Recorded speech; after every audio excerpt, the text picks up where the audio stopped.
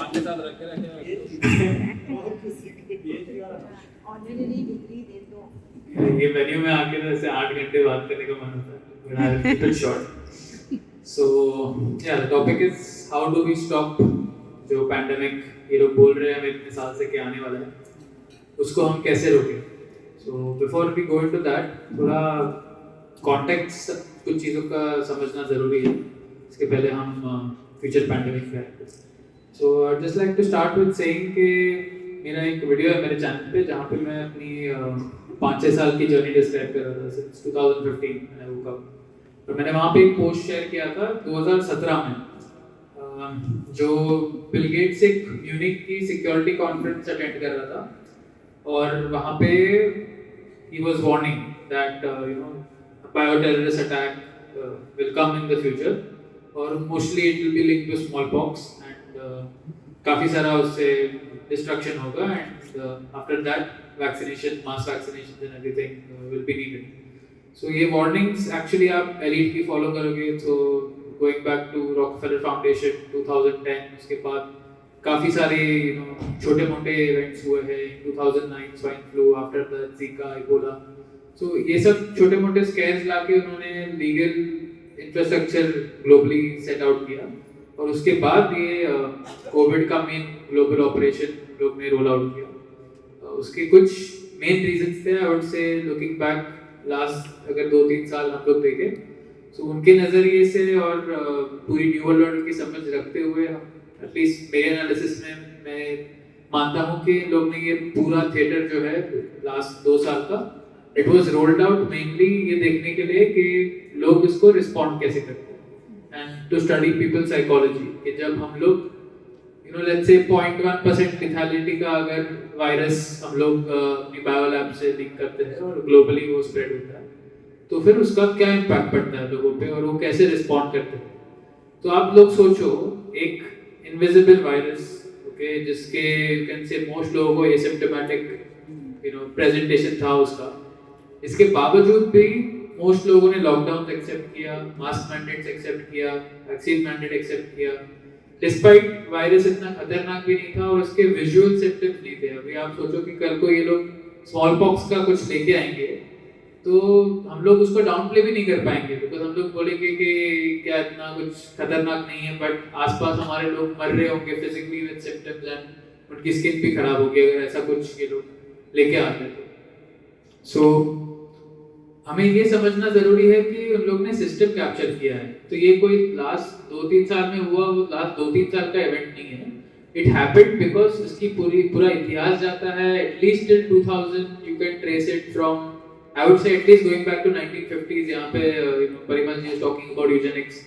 तो मैंने यूजेनिक्स पे भी अपने वीडियोस में काफी समझाया है कि ये जो पूरा वैक्सीनेशंस का बिजनेस ही है. आप देखोगे तो 1990s में जो वैक्सीन रोल आउट का अपटिक बढ़ा और उसके पहले भी आप देखोगे तो जो 3 वैक्सीन आए थे उसके पीछे पूरा रॉकफेलर फाउंडेशन इन्वॉल्व था. गेट्स फाउंडेशन तो बिल गेट्स आया और आई थिंक 1999-2000 में गेट्स फाउंडेशन चालू हुआ. उसके पहले पूरा जो वैक्सीनेशन का जो भी बेसिक चाइल्डहुड वैक्सीन थे पूरा रॉकफेलर फाउंडेशन हेड कर रहा था. तो रॉकफेलर फाउंडेशन के रूट्स आप स्टडी करोगे और वो दूसरे विश्व युद्ध के पहले क्या कर रहे थे, यूजेनिक्स क्या है, ये थोड़ा लोग समझेंगे तब जाके इस पूरा जो नजरिया है उसको आप क्रिस्टलाइज करके समझ पाओगे कि ये लोग जो दुनिया चला रहे हैं ये हमें जानवरों के जैसे देखते हैं और उनको लगता है कि जनसंख्या बहुत कम होनी चाहिए क्योंकि हमें जीने का हक नहीं है. तो ये लोग जानवर हैं, इनको कंट्रोल करके हम लोग जो एलीट लोग हैं हमारे चोजन ब्लड लाइन से आते हैं, हमारी जीन्स अलग है ये नॉर्मल लोगों से, तो हमें हक है इन पे राज करने का. ये यूजेनिक्स का पूरा फिलॉसफी है ये एलीट्स का जो दुनिया चला रहा है. तो इसने वैक्सीन्स के पहले ये लोग सीक्रेटली नसबंदी कर रहे थे.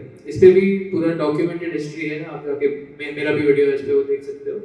ये खाली इवॉल्व हुआ है वैक्सीनेशन के बिजनेस पे क्योंकि ये लोग अभी मास स्केल पे डीपॉपुलेशन चाहते हैं. पहले क्या है कि वो लोग जितना कर सकते थे उतना करते थे. इसके लिए ऐसे लोकल प्रोग्राम्स होते थे उनके दुनिया भर में.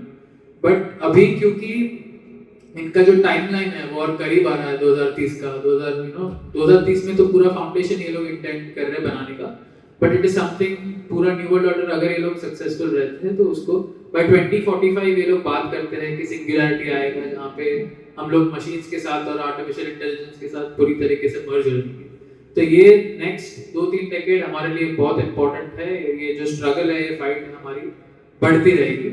और जैसे मैं बोल रहा था कि ये पूरा जो इंडिया में इनका हेल्थ इंफ्रास्ट्रक्चर है, उन लोग ने बहुत सिस्टमैटिकली कैप्चर किया है। इसके लिए पूरा ये 2019-20 का जो भी पैंडेमिक आया, इतने स्मूथली स्विफ्टली सारे गवर्नमेंट के लेवल्स पे रोल आउट हो पाया बिकॉज उन्होंने की पोजीशंस कैप्चर की है। ये मेरे वीडियोस में मैंने डॉक्यूमेंट किया है। PHFI का जो इन्फिल्ट्रेशन है, Rockefeller foundation, Gates foundation, Ford foundation, PATH, ये सब पूरा NGO कॉम्प्लेक्स है ये ग्लोबलिस्ट का। उन्होंने हमारे देश के पब्लिक हेल्थ सिस्टम्स को बराबर से इन्फिल्ट्रेट किया है।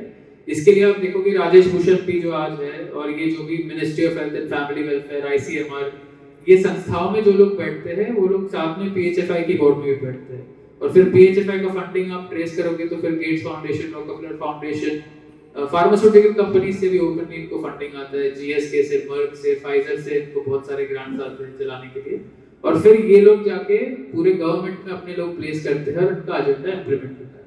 इसके लिए ये कोई चौंका देने वाली बात नहीं है, शॉकिंग बात नहीं है कि ये लोग दूसरा पैंडेमिक प्लान करके रोल आउट करके लेके आएंगे। इसके लिए आप कंस्पिरेसी रिसर्चर्स को फॉलो करोगे पहले से, तो ये काफी वेल नोन टॉपिक्स है। जैसे कि डेविड आइक की किताबों में 1995-2000 से वो लिख रहे हैं कि एक WHO जो है वो इनिशियली सेटअप किया था ग्लोबल हेल्थ पॉलिसी को कंसोलिडेट करने के लिए, और ग्लोबली जो भी हेल्थ रेगुलेशंस बन रहे हैं उसकी एक पॉइंट पे लाने के लिए उसको। ये डेविड आइक की किताबों में 1995 से। ओके, सो ये जब से WHO सेटअप किया है उन लोग ने, इसलिए मैं बोल रहा हूँ कि ये एजेंडा बहुत पहले जाता है। बिकॉज अगर आप World War II, World War I, ये सब इवेंट्स को स्टडी करके देखोगे कि इन इवेंट्स को किन लोगों ने स्टेज किया था, वो भी सेम प्लेयर्स है जो आज कोविड लेके आए। वो टाइम पे उन लोग ने क्या किया कि दूसरा विश्व युद्ध स्टेज किया, फॉल्स फ्लैग अटैक करके, और उसके बाद जर्मनी को उन लोग ने फंड किया, US में फंड किया, कम्युनिस्ट रशिया को फंड किया, फंडिंग करके सबको साथ में लेके आए, युद्ध हुआ। उसके बाद जो डिस्ट्रक्शन था उसके बेसिस पे उन लोग ने UN बनाया, WHO बनाया। तो तब से वो बना है ताकि उनको पता है कि उनको new world order, world government लाना है। तो आज हम लोग ये पॉइंट पे आए हैं जहाँ पे इनका एजेंडा काफी टाइम से आज हमें देख रहा है कि इनके अंतिम परिणाम पे हम लोग पहुंच गए हैं अभी, जहाँ पे ये लोग काफी करीब है इनके हिसाब से ये पूरा एजेंडा लाने के लिए। सो मेन पॉइंट बीइंग के अगर अगला पैंडेमिक आता है, जैसे इन लोग ने हमें ओपनली बोला है कि आएगा, अगर हम लोग जाके बोलेंगे कि वायरस तो है ही नहीं, सब चीज मतलब ऐसे like it is just happening, it's not that serious, और हम लोग डाउन प्ले करेंगे, तो इन माय एनालिसिस नेक्स्ट जो भी आएगा इसके प्रीवियस के हिसाब से और भी खतरनाक होगा।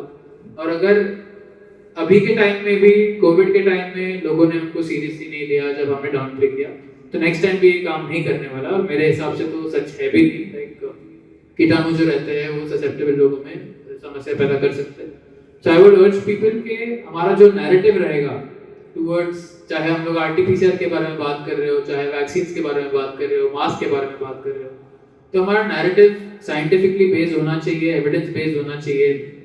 काफी ऑल्टरनेटिव मीडिया में लोग हाइप करके क्लिकबेट आर्टिकल्स फैलाते हैं जिनका मतलब रेफरेंसेस बराबर नहीं होते या स्टडीज नहीं होती उनके पीछे, बस कोई आके दावा कर देगा और फिर हम लोग ऐसे घुमाते हैं। जैसे कि फॉर एग्जांपल ये डॉक्टर लुक मॉन्टेनियर थे, तो उन्होंने ऐसा बोला भी नहीं था कि 2 साल में वैक्सीन लेके सब मर जाएंगे, बट क्लेम था और आर्टिकल का हेडलाइन पढ़ के फिर लोग घुमाते हैं और फिर वो फेक न्यूज़ प्रूव होता है, तो फिर हम लोग ही स्टूपिड लगते हैं। और ये सब चीज़ें मैटर करती है। हमें लगता है कि जिनसे भी बात कर रहे हैं लोग चीप है, सोए हुए हैं, बट हमारी साइड पे भी हम लोग बहुत दिक्कतें करते हैं जिसकी वजह से हमारी क्रेडिबिलिटी कम होती है लोगों की। तो लोगों को कन्विंस करना है तो क्रेडिबिलिटी, साइंटिफिक आप में मेंटल होना, थोड़ा उसका बेस होना साइंस का, वो मेरे हिसाब से बहुत ज़रूरी है। हम लोग ने बहुत सारा मटेरियल इस पे निकाला है, डॉक्यूमेंट्स, क्रेडिबल डॉक्यूमेंट्स निकाले हैं, मेरे यूट्यूब चैनल पे बहुत सारे वीडियोस भी है। और overall I would say that on a spiritual perspective also हमें काम करने की ज़रूरत है, बिकॉज मैंने अपनी रिसर्च में काफ़ी देखा है कि जो लोग फियर में, डर में, पैरानोया में घुस जाते हैं, तो फिर वो लोग एक्शन नहीं लेते, उन्हें मोटिवेशन नहीं रहता कोई चीज़ करने का, और फिर वो वही तरीके की रियलिटी मैनिफेस्ट करते हैं अपने लिए। बिकॉज थोड़ा बेसिक अगर हम लोग साइंस की गहराई में जाएंगे तो क्वांटम फिजिक्स ये स्टडी करता है कि हमारी आँख को जो पार्टिकल्स दिखते भी नहीं है हमारे शरीर में, वो कैसे काम करते हैं। तो हमारा जो रियलिटी है वो सेम तरीके से चलता है कि जो हमारे सोच विचार और हमारे इमोशंस है, वो हम लोग क्या पुट आउट कर रहे हैं, वो डिक्टेट करती है कि हमारे रियलिटी में हम क्या इवेंट्स लेके आते हैं अपने लिए। तो आई वुड एनकरेज एवरीवन कि अपने वाइब्रेशन हाई रखो और डूम एंड ग्लूम में एंगेज मत करो। जितना भी हम लोग कंस्पिरेसीज के बारे में पढ़ रहे हैं और देख रहे हैं कि इतना कुछ बुरा हो रहा है, ये होने वाला है, वो होने वाला है, अभी साइबर अटैक आ जाएगा, अभी फूड क्राइसिस आ जाएगा, अभी एलियन इन्वेजन आ जाएगा, ये सब चीज़ प्लान में है और होने वाली है। But at the same time हम लोग यहाँ पे भगवान के सोल्जर्स हैं और हमारे अंदर हमारी आत्मा है जिससे हम कनेक्ट हो सकते हैं और हायर फोर्सेस से हमें बहुत सारा सपोर्ट है ये टाइम पे, ये फाइट को लड़ने के लिए। होप हारने की जरूरत नहीं है, बिकॉज देखो हम सब यहाँ पे कैसे जगे।